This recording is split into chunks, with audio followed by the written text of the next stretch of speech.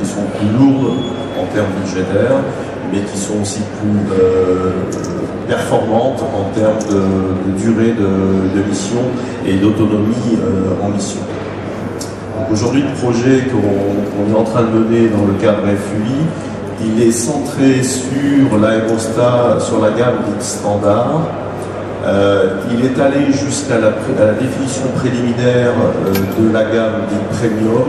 Et aujourd'hui, cette définition du premium s'est arrêtée et en fait, on est en train d'essayer d'identifier les clients potentiels. Donc, on poursuit la définition de la plateforme dite standard et en parallèle de ça, on a développé la version dite light qui, elle, sera opérationnelle à beaucoup plus court terme et qui permettra d'être ce vecteur de démonstration.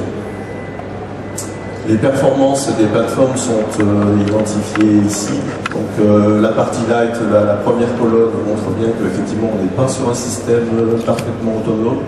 Il faut qu'il y ait des opérateurs au sol, que la durée d'observation en vol est limitée à 2 jours, l'altitude est limitée à 150 mètres, la vitesse de vent pendant laquelle, la vitesse de vent qui peut être la vitesse de vent maximum pour laquelle on peut exploiter la plateforme de 60 km/h et la masse de la charge utile est de 3 kg.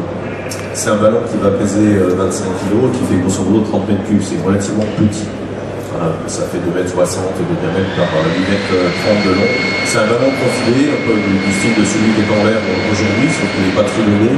Et ce ballon profilé, il a une bonne pénétration dans l'air. C'est ce qu'on voyait cet après-midi entre la sphère et le ballon profilé. La sphère se couche rapidement parce qu'elle a un coefficient de traînée qui est relativement important. Contrairement au ballon profilé qu'on voyait qui était beaucoup plus stable et le câble était beaucoup moins penché. Donc on est dans cette configuration-là de ballon effilé avec un coefficient de pénétration dans l'air qui est faible.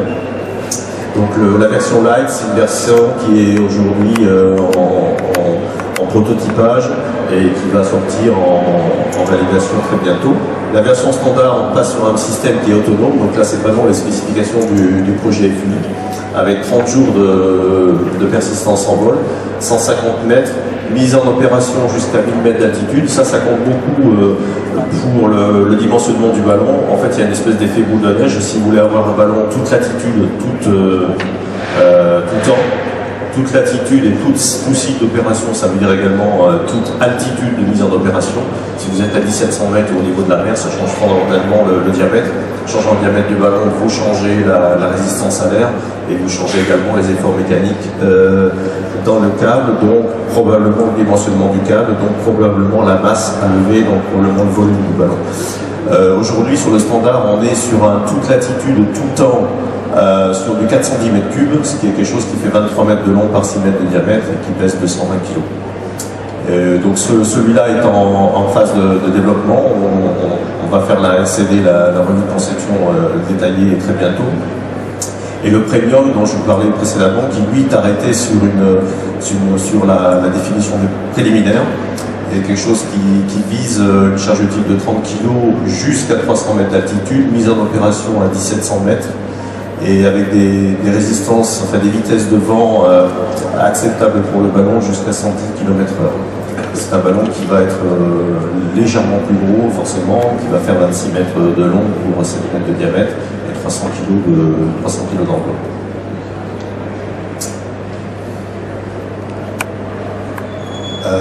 Rapidement, en fait, les éléments d'avancement du projet. Donc aujourd'hui, il y a des aspects design qui sont en cours à la fois sur l'architecture mécanique et électrique du ballon.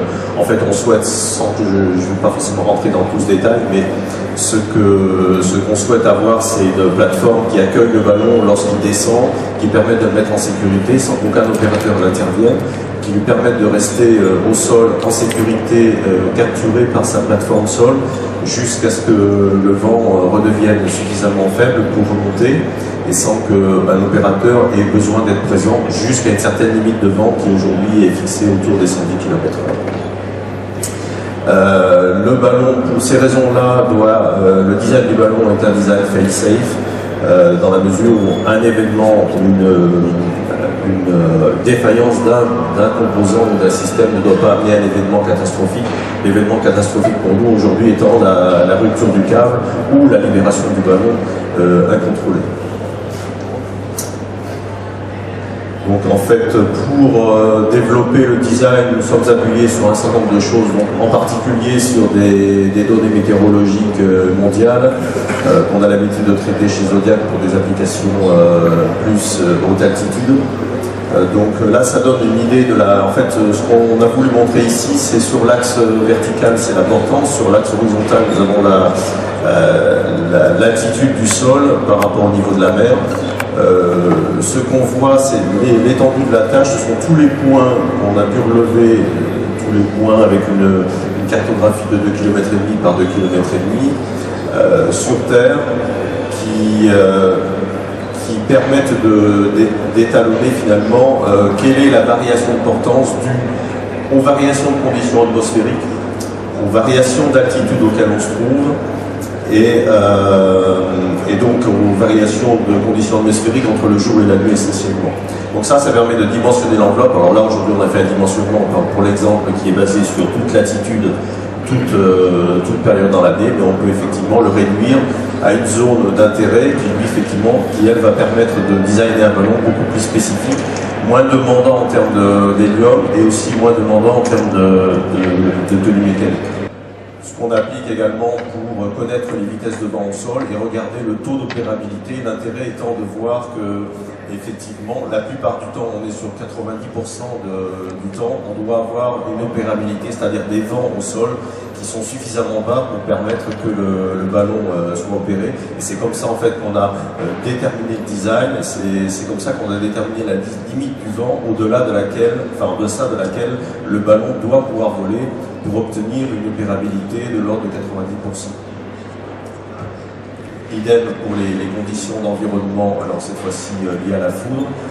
Nous sommes obligés de prendre en compte ces éléments-là pour designer l'électronique bord pour éviter qu'effectivement la foudre ou le chargement électrostatique de l'air ne viennent perturber le fonctionnement du système.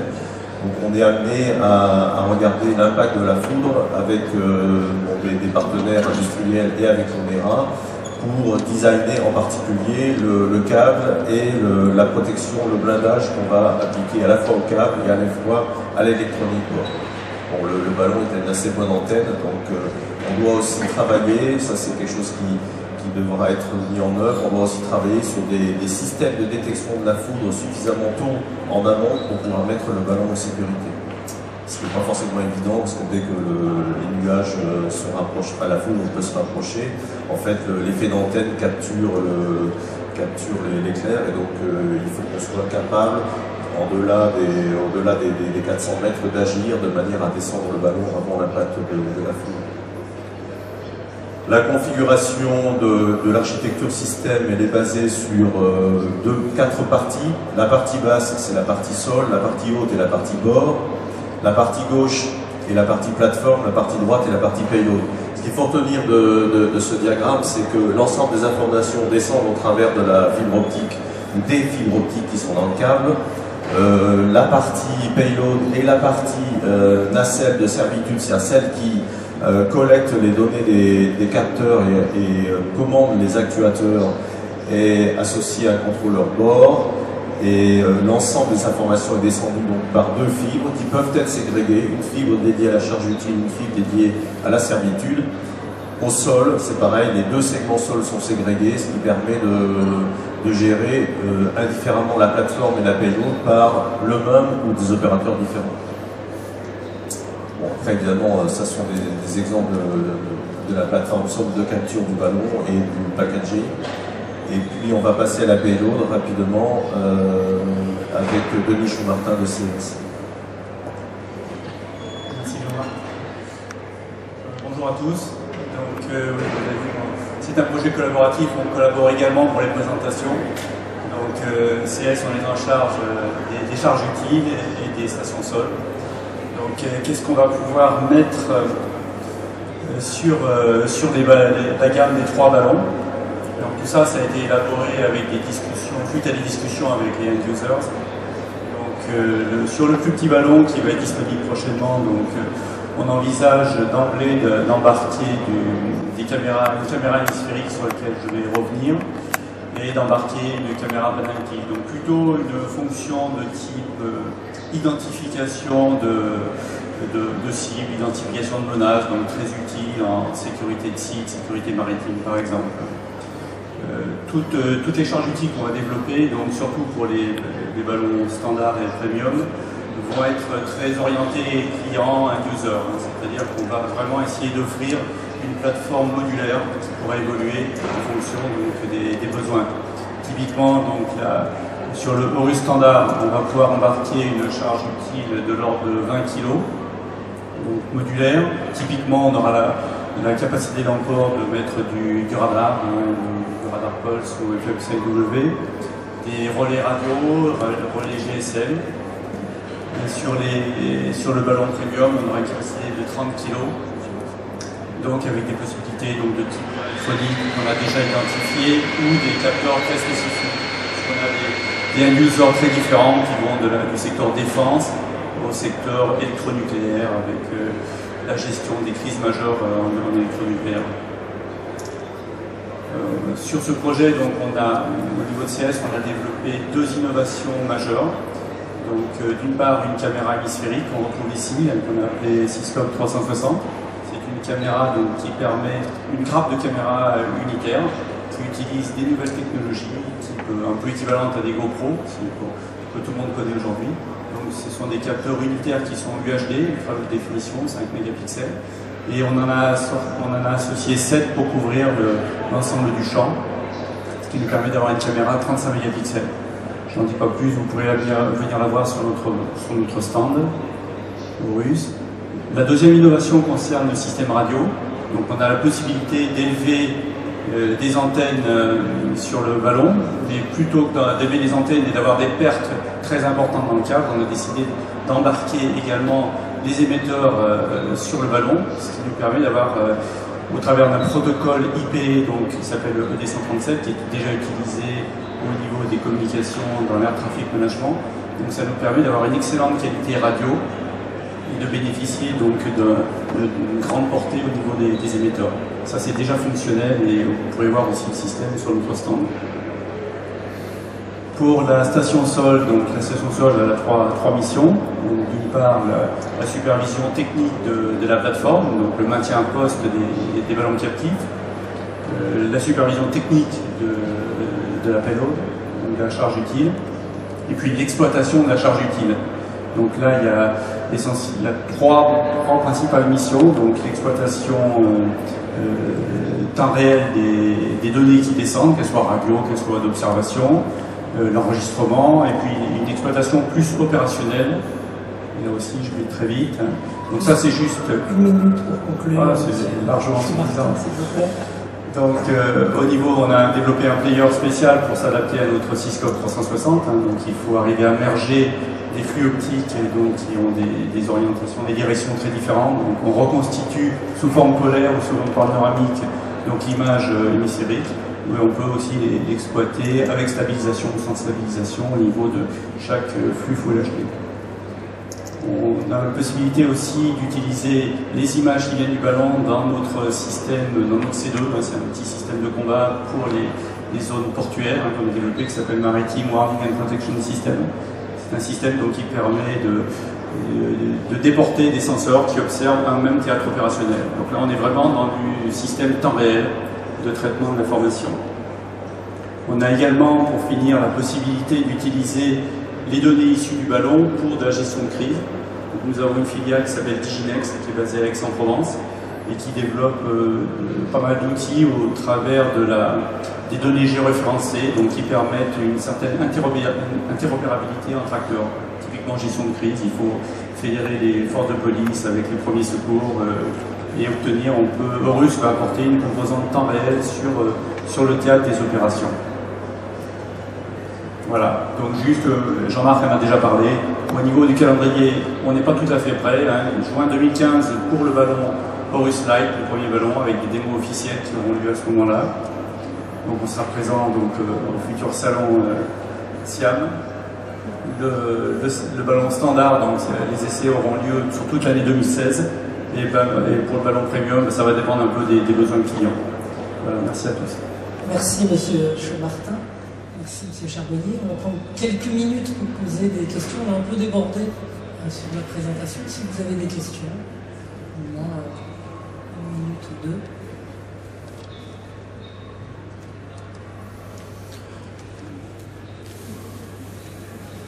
Pas de questions particulières dans la salle.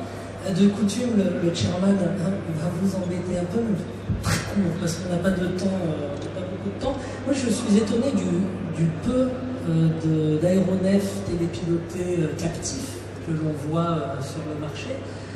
Il y a eu l'époque du dirigeable, aujourd'hui on voit beaucoup de petits drones non captifs. C'est lié à quoi? Vous avez une idée un petit peu? Merci pour la question. Non, je pense que l'aérostation est un peu tombée dans les désuétude, c'est certain. C'est pas facile d'opérer. Je pense qu'il y a une perte de savoir-faire dans ce domaine-là. Au niveau, enfin, pour la petite histoire, Zodiac a été créé en 1905 pour faire des ballons, des dirigeables, pas des bateaux pneumatiques comme on connaît aujourd'hui. Donc il y a tout un historique qui fait que c'est assez amusant parce que nous on est en train de revenir aux origines du truc. Mais c'est ce que je disais précédemment, c'est pas d'innovation au sens que les ballons captifs ça existait pendant la guerre 14. L'innovation elle réside à la fois dans l'ajout des moyens, dans la prédictibilité des comportements météo qu'on n'avait pas forcément avant. Et dans l'insertion dans un système de surveillance globale. Alors après, pourquoi aujourd'hui Enfin, je ne suis pas tout à fait d'accord avec vous sur le fait qu'il n'y a pas grand-chose qui existe. Il y a aujourd'hui beaucoup de choses émergentes. On a nos voisins à côté, les premiers. Donc en fait, c'est quelque chose qui est en train d'émerger de plus en plus. Il y a un engouement assez fort pour tout ce qui est aérostation. Et ça ne se limite pas à la basse altitude. Aujourd'hui, il y a une zone dans laquelle il n'y a rien, qui est la zone de la stratosphère, et en particulier dans la zone des 20, 21, 22 km, qui est une zone qui est complètement inutilisée d'un point de vue civil comme d'un point de vue militaire, et qui est aujourd'hui, enfin qui est accessible par les ballons, parce que enfin, nous ça fait 40 ans qu'on fait des ballons dans cette zone-là, mais qui est en train de devenir intéressante. Il suffit de regarder, hier vous aviez une présentation de Google, regardez ce que Google est en train de faire dans ces altitudes-là, pour essayer de récupérer de l'imagerie ou de faire de l'Internet. Donc il y a quand même, je pense, un engouement très très fort aujourd'hui pour tout ce qui est aérostation et pas que basse altitude. Ça ne répond pas forcément aux questions, je n'ai pas la réponse, mais ce sont des éléments. Je vous remercie.